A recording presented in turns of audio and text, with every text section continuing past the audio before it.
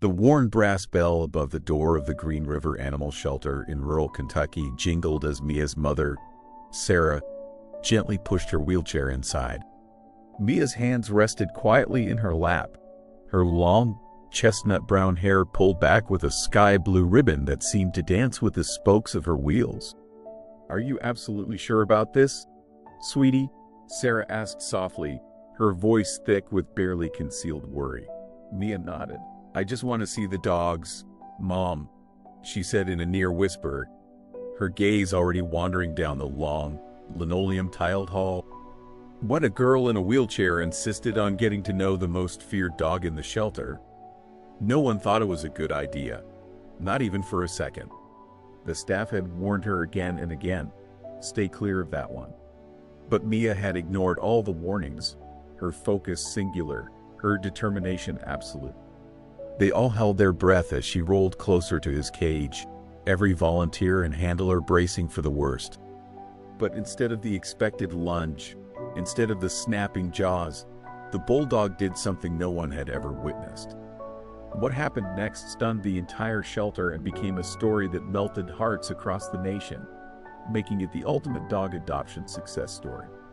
Bruiser had been there longer than any other dog, a massive American bulldog with a barrel chest, a thick, scarred neck, and two intense, burnt amber eyes. He was as intimidating as he was dreaded, a true rescue dog gone rogue.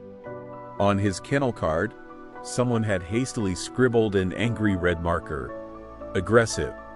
Use extreme caution." This incredible tale of unlikely animal friendship touched millions, a viral sensation proving that broken dogs can heal. Back to the story, every morning, the volunteers approached his cage with palpable fear. Bruiser remained rigid, his canine teeth exposed, his huge body trembling with raw tension. It didn't matter how softly they spoke to him or what gourmet dog treats they offered. Bruiser never relaxed, not even for a moment. "He's too far gone," whispered a staff member, quickly sliding his water bowl inside with a long grabber tool. Some dogs just never recover from that kind of trauma. No one knew exactly what had shattered him. Bruiser had been found wandering on the outskirts of a tiny Tennessee mountain town, skinny, matted with dirt, with a frayed length of rope still dangling from his heavy collar. He growled all the way back to the shelter in the transport van. And since then, his tail had not wagged once. Instead, he paced restlessly all day, every day, as if searching for something he desperately needed but couldn't find. And when the shelter fell silent at night, his deep, soul-shattering howls echoed through the corridors, breaking even the hardest of hearts. Most had given up, resigning themselves to the fact that he could never be saved, an animal destined for a tragic fate. But then Mia arrived, an unexpected visitor with a gentle soul. The receptionist smiled kindly, though her eyes kept flicking toward the far end of the hallway, where Bruiser's cage sat ominously in the shadows. The volunteers opened the doors of the calmer dogs first. A golden retriever puppy happily licked Mia's hand, and a chunky beagle wiggled its whole body with excitement. Mia laughed, a light, genuine sound, but her eyes kept drifting toward the dark cage at the end of the aisle. When they finally approached Bruiser, the shelter manager hurried over, stepping right in front of the cage. "Honey, maybe let's skip this one," he said firmly. "He doesn't do well with people, especially up close." A deep, rolling growl rumbled out from behind the steel bars, a sound like distant thunder.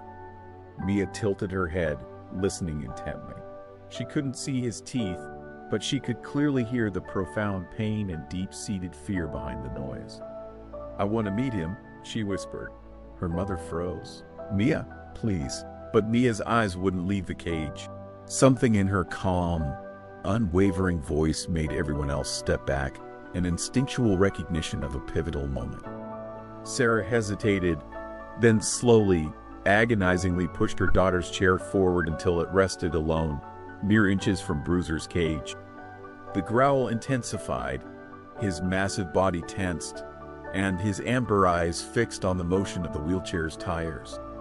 "It's okay, relax," Mia whispered, and no one knew if she was speaking to the dog or to herself. Her mother's heart hammered against her ribs. "Sweetheart, maybe we shouldn't we?" "No, Mom," Mia said, her voice calm but firm. "He's lonely and scared." No one dared to argue or intervene. Mia took a slow, deliberate breath and began to speak softly. "Hello, my name is Mia. I know you don't want me here." Bruiser's ears flicked forward, then dropped back. The growl faded into a soft, tired moan, a sound of pure exhaustion. "I didn't want to be here either," she continued, her eyes glistening. "When I got hurt, I thought I'd never be happy again." For the very first time, Bruiser stopped pacing. He slowly lowered his huge head to the cold concrete floor. His powerful shoulders slumped, and his breathing returned to a slow, measured rhythm. The staff watched in astonishment. No one had ever seen Bruiser do anything but snarl and pace. But now, he was listening, and maybe, just maybe, there was hope. Mia slowly raised her hand. Her mother gasped sharply, but she didn't stop her. Mia's fingers brushed the cold, unforgiving steel of the bars. Bruiser's intense amber eyes tracked her hand, cautious, yet curious. "It's okay," Mia whispered, her voice like a gentle rain. "I didn't come to hurt you, at first." He backed away, and for a heart-stopping second, Mia doubted herself. But then, with slow, hesitant steps, Bruiser moved forward again. His wet nose brushed her fingertips. Mia's breath caught in her throat. She turned her palm upwards and waited, completely still. The massive bulldog leaned his heavy brow into her hand. He let out a long, deep, rumbling sigh. His eyes closed, and the fierce tension melted from his body. A volunteer covered her mouth to stifle a sob. The manager wiped his eyes, whispering, "I can't believe it." Mia gently stroked his scarred cheek, her fingers running through his short, rough fur. "You're not a bad boy," she whispered. "You're just sad." When Bruiser opened his eyes again, they were not the eyes of a monster or a dangerous animal. They were tired and filled with a fragile, dawning hope. She patted her lap softly. "Come here." And for the first time since he had arrived, this broken, massive creature advanced on all fours. He lowered his huge head into the hollow of her arm. The entire shelter seemed to exhale as one. The volunteers looked at each other, tears streaming down their faces. Mia's mother sank to her knees beside the wheelchair, pressing a trembling hand to her chest. She hadn't seen her daughter truly smile like this since the accident. It was a small, genuine smile, a light breaking through the darkness. Bruiser was shaking as he leaned further into her lap, finally letting his sadness escape. The nervous, grumpy creature was gone. In his place was a dog who was finally coming back to belong, a loyal companion for life. "He never let anyone touch him before," whispered one stunned volunteer. Mia rested her cheek on Bruiser's massive head, her tears soaking into his fur.